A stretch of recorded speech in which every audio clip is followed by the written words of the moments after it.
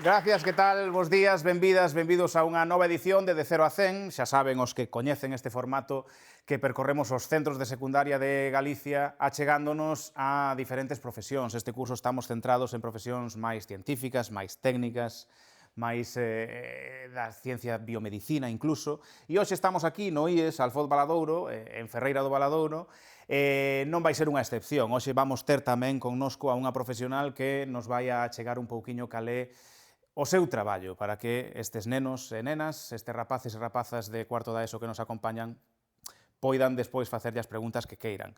É un perfil moi interesante porque creo unha voz autorizada dentro do que é o sector alimentario en Galicia, creou a primeira e única cátedra do pan no campus de Lugo da Universidade de Santiago de Compostela. Ten unha empresa tamén centrada en tecnoloxía alimentaria, poderíamoslo dicir así, e tamén nos vai a contar un pouco como é a tecnoloxía dos alimentos en xeral, que é o que se dedica. Así que, sen máis dilación, voulle dar a benvida para que nos lo conte la mesma. Gelis Romero, benvida. Adiante.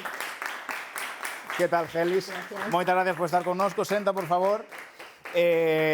Sempre un placer, e sempre o digo, no? Cando fago este programa, e vi despois xente que chegou, non sei se lonxe, pero que vos desenvolvestes profesionalmente no que quixestes facer, que sirvades un pouquiño de exemplo e que volvades ademais ás aulas, porque ti eres daqui do Valadouro, ainda que estudache en Ribadeo, entón hoxe volves a ter os 14, 15 anos que teñen eles, máis ou menos, non? Oxalá.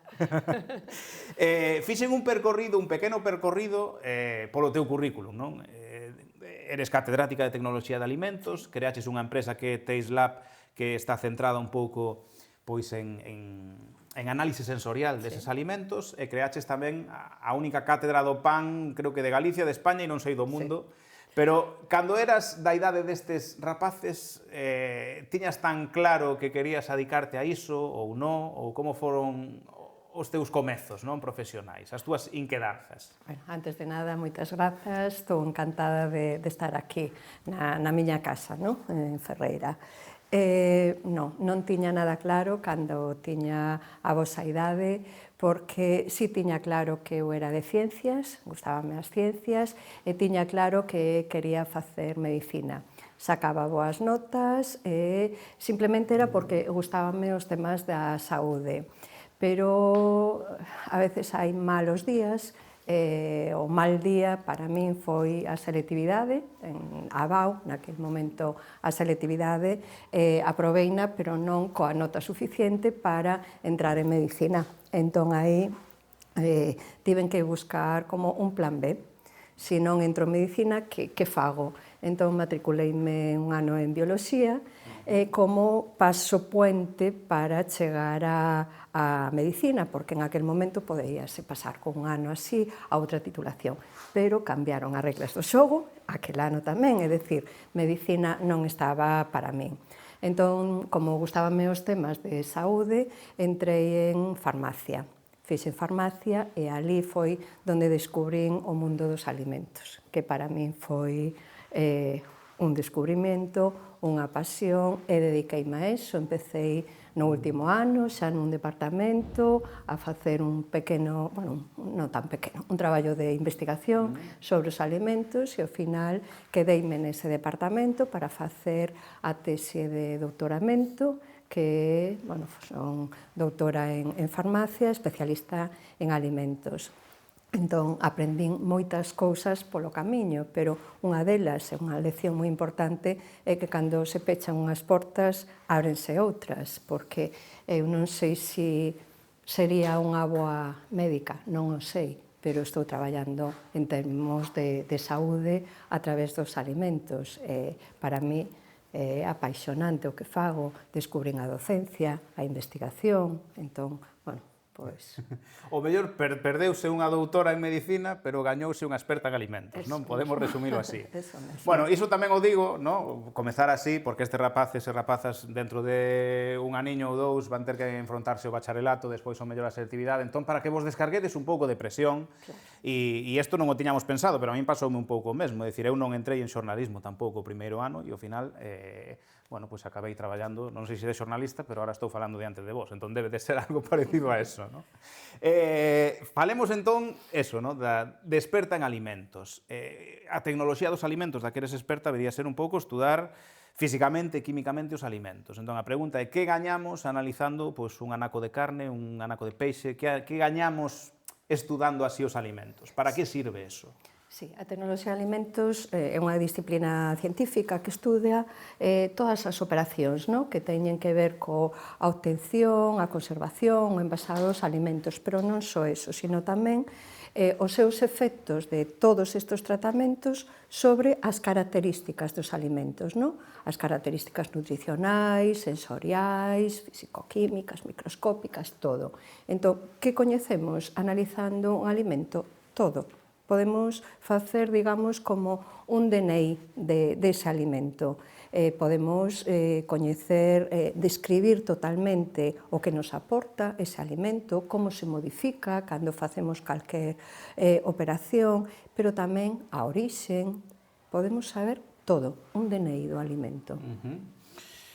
Entendo que unha vez que se analiza un alimento e se ve pois, nutricionalmente como é, a porcentaxe de auga que ten, proteínas, animais ou vegetais, etc., etc., iso, para alguén que se dedica un pouco á industria, é determinante porque en función de como sexa, podes engadirlle uns conservantes ou non, porque degradarían ou non o alimento, ou uns saborizantes ou non, porque influirías demasiado na sensación, non, do consumidor. Vamos a unha cousa que eu creo que nos interesa cando facemos a compra, que é os conservantes. Podemos empezar por aí, non? Podemos empezar polos conservantes. Claro, é unha cousa clave, non? Eu creo, a nivel incluso económico e logístico, que unha laranxa que vende Valencia, que un polvo que se captura nas ONS, que chegue en estado óptimo a un consumidor lonxano, non? A cuestión é como non fastidiar moito o alimento en sí, engadíndolle o conservante. A ver, aí entramos en un terreno que é o mundo dos aditivos, no? Porque os conservantes son aditivos, pero dentro dos aditivos hai multitude de sustancias que vanse engadir aos alimentos para cambiar cousas, pode ser modificar a propósito, no? A súa cor, a súo sabor ou a textura, pero tamén favorecer, por exemplo, a conservación. Entón, sempre hai un conflito, no? Alrededor, unha preocupación ao redor dos aditivos. Entón, por unha parte, hai que deixar claro que cando se vai a empregar un aditivo é que esa sustancia previamente foi aprobada para o seu uso. Hai diferentes axencias de seguridade alimentaria. Aquí en España temos a ESAN, a Axencia Española de Seguridade en Alimentación e Nutrición, o equivalente en Europa, que é a EFSA, ou ben en Estados Unidos, a FDA, a Federación de Alimentos e Medicamentos. Entonces, estes organismos o que van a facer, o que fan, son o control destas sustancias antes de autorizalas. E para eso é necesario facer un montón de estudos, estudos dende o punto de vista toxicolóxico, que non supoñan para nós un risco si tomamos esa sustancia, que non sexa que non derive, se a tomamos, nun cáncer, nunha malformación, pero non só eso, sino tamén que cal é a dose que temos que é necesario engadir ao alimento que sexa en función do seu uso. Entón, por un lado, temos uns controis estrictos sobre eso, pero claro, despois pode haber perigos, por exemplo, non todas as persoas reaccionamos igual, podemos ter alerxias a cualquier sustancia por aí, e tamén hai moitos estudos que o que fan é como se vai acumulando no corpo ao longo do tempo, co uso, co consumo. Entón, os aditivos están aí, son empregados pola industria, pero, o que temos que facer é non exceder no consumo. E, polo que dis, pode ser bastante semellante o lanzamento ou a incorporación dun conservante ou dun saborizante nun alimento o lanzamento dun novo medicamento, non? Quero dicir, primeiro hai como un test previo para ver se realmente non causa ningún efecto secundario perxudicial. Efectivamente. En todo caso, os conservantes estiveron con nós dende sempre. Sí. Está o frío e o sal, no? son básicos, que tampouco o sal se pode consumir en exceso. Pero quero dicir que é algo que sempre estivo, e supoño que si se innova e se buscan novos conservantes ou se engaden, é para depender menos do frío ou depender menos do sal, non? Ou mellorar un pouco toda esa cadena de distribución logística. Sí. Máis ou menos. Máis ou menos, podemos decir así, que así alongamos, por exemplo, cos conservantes o que é a vida útil dun alimento, por exemplo. E falado dos conservantes, teríamos os saborizantes, non? Moitas veces adoitase dicir, es que estas galletas, ou sobre todo pasa con snacks ou cousas doces ou cousas que non se deben comer todos os días, que sempre che din, que comes un e parece que tens que acabar toda a bolsa. Entonces, isto é un mito ou hai algo de realidade para que, digamos, haxa tamén un certo sentimento de adicción ou que nos gusten este tipo de cousas que hai que consumir máis puntualmente? Claro, aí entramos tamén dentro do que poden ser pautas de consumo de certos alimentos, non? Evidentemente, hai tamén moitos estudos que indican que moitas dos aditivos que se están a empregar que teñen un efecto adictivo. Entón, o mellor, bueno, pois todos estes alimentos que levan aditivos, pois que o consumo sexa o menor posible, que non estén no noso día a día na nosa alimentación, que se queres afondamos sobre Sí, podemos afondar, porque quero dicir, a veces non teñen que ser engadidos artificiais, non? Quero dicir, o doce, o azúcar, tamén sí que hai xente que lle produce certa sensación de benestar, Sí. de estar a gusto, e moitas veces queres tomar só unha onza de chocolate e ao final acabas tomando toda a ringleira, non? Entón, supoño que iso tamén, aí xa nos metemos non só no que é a industria, senón na nutrición, non? Hai que buscar un equilibrio entre as dúas cousas. Sí. Sí. E o que quería preguntarche tamén, falando destes temas dos que estamos falando, é que nos adentremos no teu perfil como emprendedora, Taste Lab, que é esa empresa que presentei ao comezo, na cal axudades incluso ao lanzamento de novos produtos alimenticios, non? Asesorades a empresas. De que maneira facedes o voso traballo? É dicir, como vos estades, intendo, localizados nun sitio, hai unha empresa que quere lanzar un novo produto, contacta con vos e de que maneira axudadeslle a esa empresa a lograr os seus obxectivos? Vale. Empezo por o principio. Taste Lab é unha empresa, podedes decir, pero se ti eres profesora, por que estás a falar dunha empresa, no? Pero a universidade tamén o que fan é incentivar que se creen empresas a partir de liñas estratégicas dos grupos de investigación. Entón, unha das liñas do meu grupo de investigación, do grupo que eu dirixo, é a análise sensorial. A análise sensorial é unha ciencia na que empregamos os sentidos humanos, os sentidos das persoas, como control de calidad. É dicir, os sentidos os podemos utilizar de dous xeitos. Se os adestramos, podemos utilizar os sentidos para medir as características dos alimentos. Iso é o que fai un panel de catadores adestrado. Pero os sentidos, todos nós os estamos utilizando todo o día para decir, este alimento gústame, este non, prefiro este frente a outro. Entón, sabe ben, ule ben, polo tanto vou non comprar ou non o compro, non? Entón, o que facemos dende o grupo e os inicios tamén de Taste Lab, o que siga a facer é utilizar paneles de catadores adestrados para caracterizar o alimento e despois consumidores para saber a reacción do consumidor frente a ese alimento. E o que facemos despois é cruzar os datos. E ao cruzar os datos podemos entender por que un consumidor elixe ou prefire un alimento frente a outro, porque coñecemos as características dese alimento. Entón, unha empresa, cando vai a sacar un produto ao mercado, o obxectivo é que o ten que vender. E para que o venda, ao consumidor ten que gustar.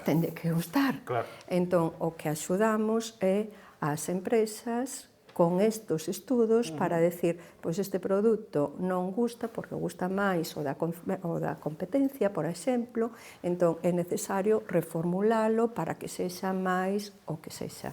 E tendo en conta que igual moitas veces tamén vos axudades as empresas a descubrirlle novos nichos de consumidores. Quero dicir, eu vexo no cacao en pó, no? Eu, cando era neno, só había un cacao en pó, digamos. Non vou dicir unha marca comercial, pero xa sabedes caleo, do bote amarelo, coa tapa roja, no? Vale. Pero ahora hai ese, e hai no turbo, hai no sin azúcares engadidos, hai no de máis chocolate negro. Entón, claro, eso é porque hai xente que alguén se preocupou de buscarlle eses produtos un pouco a ese nicho de mercado. Claro, adaptados para mellorar certas características, para modificar outras que non eran tan aceitadas, como pues, vamos a reducir o contido en azúcares, pero claro, se reducimos o contido en azúcares, o mellor o produto vai a ser menos... de maneira diferente. Claro, entón, todo eso é todo o que o I más D más I da produción, investigación, máis desarrollo, máis innovación na salida dun produto ao mercado. Outra cousa, porque a min parece bastante curioso este tema, ¿no? Pero é un pouco, a veces, empezar a casa polo tellado, que se me entenda. O sea, ao final, entendo que isto é un pouco, en menor medida, pero como fabricar un coche. Quero dicir, unha empresa que ten que vender millóns de unidades de galletas, ten que asegurarse da parte final, que é levar a galleta á boca e que saiba ben. Porque, senón, todo o que vai antes, a maquinaria, os provedores das materias primas e demais, fallaría, non? Entón, empezades polo final para que todo o anterior proceso industrial sexa o correcto, non? Claro. Non sei se se pode explicar así. Avaliamos o final, pero evidentemente dá igual que a empresa, do tipo que sexa, para fabricar un coche, unha prenda de roupa, algo de cosmética, un alimento, ao final, o produto que se elabore ten que ser consumido, ten que ser vendido.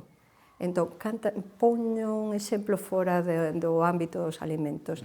Cantas veces vemos unha prenda de roupa que decimos, que bonita é, e a tocamos e non nos gusta o tacto, por exemplo. En calquer produto estamos en todo momento utilizando os sentidos.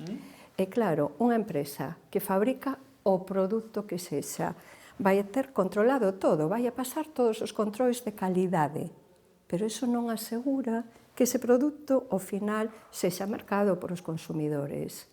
Entón, é necesario asegurar que o produto vai a ser vendido, e para iso é necesario previamente facer os estudos de consumidores de xeito correcto, porque iso permite que, cando se saque ese produto ao mercado, realmente cumpla a súa función, que sexa comercializado. No caso dos alimentos, por exemplo, está comprobado que un 95% das ocasións que volvemos a comprar un produto é polo que denominamos o sabor, porque nos gusta. A primeira vez podemos comprarlo porque ten boa pinta, non? Ou porque alguén dice, que rico está isto, vale, o compramos. Pero se non nos gusta, non o volvemos a comprar. Ademais, tamén está demostrado que máis de 13.000 produtos novos que saen ao mercado fracasan. E fracasan porque non se teñen en conta estes estudios previos. 13.000 produtos o ano. O ano, sí. Que se sacan na industria alimentaria. Claro, cantas veces vades a un supermercado e vedes un produto e a semana que ven xa non está. Pois non cumpliu a súa función. Claro, e en certo modo tampouco é unha ciencia exacta, non quero dicir, porque, bueno, as matemáticas, sumas, restas, ten que dar un resultado, non? Pero isto da análise sensorial, ou ver se algo sabe ben ou non, a min pódeme gustar o mellor un produto máis salgado, a outra persoa non. Entón, entendo que, no caso de Taste Lab, tamén tedes como que botar man, non sei se de enquisas ou de facer medias, non? Baremar un pouco. Supoño que é imposible atopar o produto alimentario que lle guste 100% a todo o mundo, pero que cumpla un pouco con todos os requisitos, non? Como se fai ese proceso de catas? Como medides iso? Polo que digo, non? Porque a mí pode gustar o doce ou outra persoa menos, non sei. Claro, era un pouco polo que decía antes que os sentidos os utilizamos de dous xeitos. Entón, para nós é fundamental que coñecer as características obxectivas do alimento. Obxectivas do alimento é dicir, este alimento, o que sexa, ten 3,8 de sabor doce, 9,8 de sabor salgado, 2,5 de dureza. Eso hai que medilo. Eso é moi fácil e moi complexo. É moi fácil medilo se temos o instrumento para medilo. E o instrumento son as persoas. Persoas normais, todos vos, poderíais chegar a ser un panel de catadores adestrado. O que hai que hacer é traballar os sentidos, porque non os temos adestrados. O único que podemos decir é gústame, non me gusta este alimento, ou que ácido está este alimento. Sí, pero canto, igual dades unha escala, non? Do 1 ao 10, márcame se está no 4, non sei. Entón, cos catadores, o que fan é traballar con escalas que van cuantificando as características. Iso é un traballo exhaustivo, porque o tempo para entrenar todos os sentidos é moito, que hai que invertir, hai que facer probas de agudeza visual, de olfato, de gusto, para a detección, identificación e cuantificación dos diferentes olores, sabores, traballar coas texturas, incluso co oído, todos os sentidos funcionan para avaliar un alimento. Entón, unha vez que temos o panel de catadores adestrado, podemos empregalo para estudar un alimento e sabemos cales son as súas características. E a partir de aí podemos ver como se modifican con ese panel ao longo do tempo, de almacenamiento, ou se modificamos un ingrediente. Entón, se sabemos eso, se coñecemos eso perfectamente, e isto o evalúan os consumidores, entón, aí é cando podemos relacionar todas as cousas, porque a un consumidor non lle podemos decir avalía o nivel do sabor, non. Moito pouco xa está, gústame ou non me gusta. Categorizar un pouquiño, doce, ácido, dureza, tal. Por iso é importante como separar o que podemos facer cos sentidos. O cuantificar, por un lado, o que é obxectivo, as características obxectivas, e por a outras subxectivas, que son os nosos gustos persoais, que son moi importantes cuantificalos, porque os consumidores son os que van a mercar o produto. Claro. Pois presume un pouco das empresas grandes que seguro que todos coñecemos que confían en vos, porque temos unha empresa punteira, realmente innovadora en Galicia, como é Taste Lab. Que empresas grandes que seguro que coñecen estes rapaces confían en vos a hora de lanzar novos produtos? Agora mesmo, Taste Lab é unha empresa de referente no sector, porque ademais é a primeira empresa de tecnoloxía xa de análise sensorial. A empresa está presente xa en 8 países. Ten clientes aquí en España de consellos reguladores a empresas como Pescanova, Galicia, etc. Empresas moi importantes, tanto dentro de España como top mundial. A nivel mundial. E hai unha cousa que tamén creo que, e aí vamos ao I máis D máis I, que conseguistes, que é facerlles un software, ou seja, que eles poidan facer directamente as catas dos novos lanzamentos que teñen pensado dunha maneira máis áxil e máis rápida, non? Sí. Taste Lab creou un software que é único no mercado, que chamase SenseSbit. Tedes que pensar todo o que contei antes dos catadores e os consumidores, que todo era en papel. É dicir, os cuestionarios, como tiñan que avaliar as características do alimento, os gustos dos consumidores, era en papel. Esas anotaciones, esas medidas en papel destas persoas, nós tiñamos que pasalos a unha base de datos a mano. Unha vez que tiñamos os datos pasados, había que seleccionar o tratamento estadístico máis axeitado para obter uns resultados. A partir de aí, facer un informe, facer as gráficas. Tempo e máis tempo. Con este software, simplemente con un móvil ou con unha tablet, o catador xa vai marcando, o consumidor vai marcando, e cando se acaba o que chamamos a sesión de cata, o estudo, a golpe de clic, nos temos xa o resultado, porque xa está dentro todo o tratamento estadístico axeitado para o tipo de preguntas que estamos a facer, saca gráficos e incluso tamén conclusións. Co cual, non só é que o software o utilice a empresa, sino que este software tamén o contratan as empresas que elas queren xa facer os seus propios controis independentes. É dicir, teis lá asesora como entrenar paneis de catadores e adestrados, como facer os estudos de consumidores, e despois a empresa co software xa visualiza remotamente os resultados. E o xestiona directamente a propia empresa que contrata o software. Entón, é un gran avance isto. Pois, completado o perfil da Gelis máis emprendedora, vamos falar agora do que é o meu alimento favorito e vou explicar por qué, non? E creo que seguro que me dan a razón estes rapaces e rapazas que están aquí. Comer un polvo á feira está moi ben, uns pementos de Padrón tamén, pero xa se o culminamos mollando co pan na salsiña, eu creo que esa é a experiencia completa, non? E creo que se de algo sabemos en Galicia é de pan. O sea, raro é a mesa en Galicia que non acompañe as comidas con pan, non? Pois Gelis creou a primeira cátedra do pan de Galicia, creo que de España, non sei se do mundo, tamén do mundo, no campus de Lugo, na Universidade de Santiago de Compostela, e gustaríame un pouco que nos detallaras, o sea, eu crearía só por ese motivo, porque me gusta mollar o pan en aceite, pero explícanos ti por que se crea unha cátedra do pan e que valor ten, sobre todo, creala en Galicia, porque é un alimento, creo, moi identificativo, vémolo incluso no patrimonio, os muiños, etcétera, etcétera, está na nosa raíz, non? Entón, explícanos un pouquiño por que chegaches ti tamén a esa conclusión.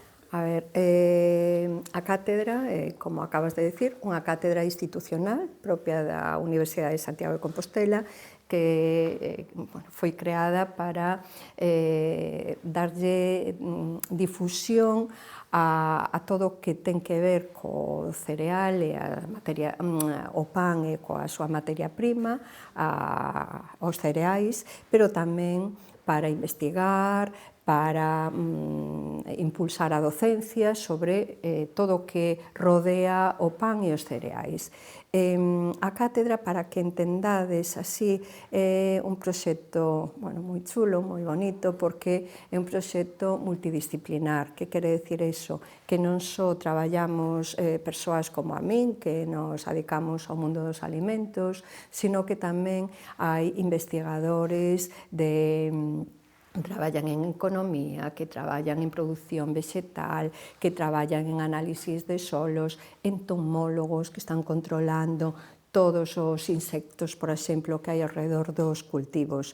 Eu denomino este proxecto como do campo á mesa, porque o que facemos é avaliar o pan antes de que se plante o cereal, é dicir, todo onde se vai a plantar, como é o proceso de crecemento, de desenvolvemento dese cereal, todo o que rodea o proceso, ata que recollemos o gran, a partir de aí o analizamos, moemos o grao,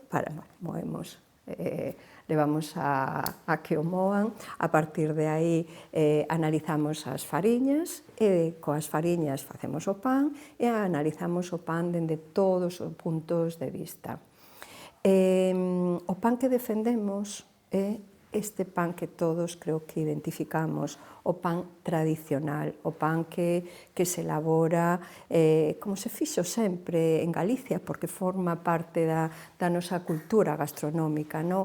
O pan que se elabora únicamente como ingredientes con fariña de cereais, con auga, con masanai, con sal, pero con un ingrediente a maiores, que é o tempo.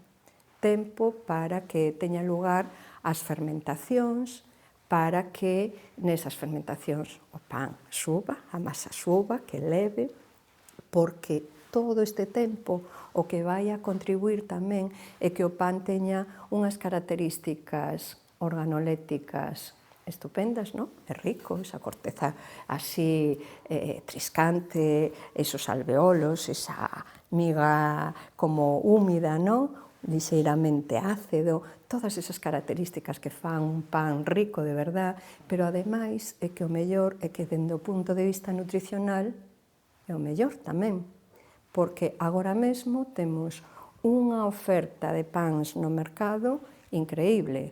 Temos pans de todo tipo, pero esa ampla oferta non está relacionada con panes de calidade, porque temos moitos panes que son panes industriais que non teñen absolutamente nada que ver con o que defendemos, non? Os pans industriales entrarían dentro dos alimentos ultraprocesados, é dicir, alimentos que teñen un maior contenido en graxas, levan azúcares engadidos, levan aditivos, etc. Pois mira, xa soa o timbre un pouco de colofón e voulle dar un pouco tamén a razón a Angelis, quero dicir, non me vou enemistar cos supermercados, pero bueno, si podedes ir ao panadeiro que sabedes que os seus pais xa se dedicaban ao pan, que os avós tiñan un muiño e tal, pois ide mellor a esa panadería e ademais, o mellor, se hoxe estamos aquí facendo esta entrevista, foi que os nosos bisavós ou tataravós nunha noite de muiñada, que eran aquelas noites nas que despois de recoller os cereais, pois toda a vila se poñía a moer o pan, pois daí saliron moitas parellas tamén, entón, bueno, quero dicir que está moi enraizado todo en Galicia, así que aproveitemos e non perdamos, gracias en parte tamén a esa cátedra do pan que creastes, ese legado tan importante alimentario que temos nós. E son novo timbre, pero aínda non vamos rematar, porque agora os que ven o programa xa saben que os cativos, as cativas, xa non vos, os rapaces, rapazas, poden preguntar, así que calquera cousa, falamos de industria alimentaria, falamos de pan, análisis sensorial, emprendemento tamén un pouco, docencia porque das clase, calquera dúbida ou calquera cousa que lle queirades preguntar a Gelis é o momento de que o fagades. Tedes algunha pregunta que facerlle, algunha curiosidade que vos quedara? Tamén o fixemos que non, Non sei, a ver, non queredes preguntarlle nada de nada? Pois fixémolo moi ben, Gelis. Está claro que cando non quedan dúbidas é que se fixo ben o traballo. Así que agradezoche moito que estiveras hoxe aquí, que volveras ás aulas aquí en Ferreira do Valadouro, neste IES Alfoz Valadouro. Xa sabedes, o mellor acaba dando vos clase no campus de Lugo. Dou clase no grado de nutrición. Si é que tirades pola tecnoloxía alimentaria. Así que, Gelis, damoslle un aplauso, por favor. Gracias por vir. E a todos os que nos ven xa saben que imos seguir percorrendo centros de secundaria e imos seguir despertando vocacións con profesionais como a que tivemos hoxe, como Gelis Romero. Moitas gracias por estar connosco.